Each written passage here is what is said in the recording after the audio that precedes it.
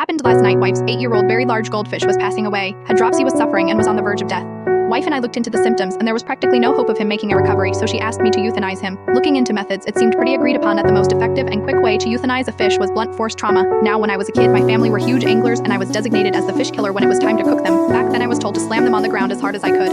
Well, my 8-year-old body wasn't strong enough to kill them instantaneously, so I had to do it multiple times. And to kind of rust me up a little, flash forward to last night, I didn't want that happening again, and I wanted it to be painless. I asked my wife to leave the room because she was very upset, and I chose to do the deed by putting the fish in a plastic grocery bag and slamming it on the counter as hard as I possibly could. The poor fish was absolutely obliterated. The force ripped open the bag and sprayed bits of what used to be a goldfish in every direction. Repet my wife to stay upstairs, and she started getting suspicious, so she comes down after 5 minutes, and it's just everywhere still. On the counter, on the stove, on the fridge, on the freaking Christmas tree we still have up. I was still finding pieces of it this morning. Wife was aghast and traumatized, cried until she went to bed.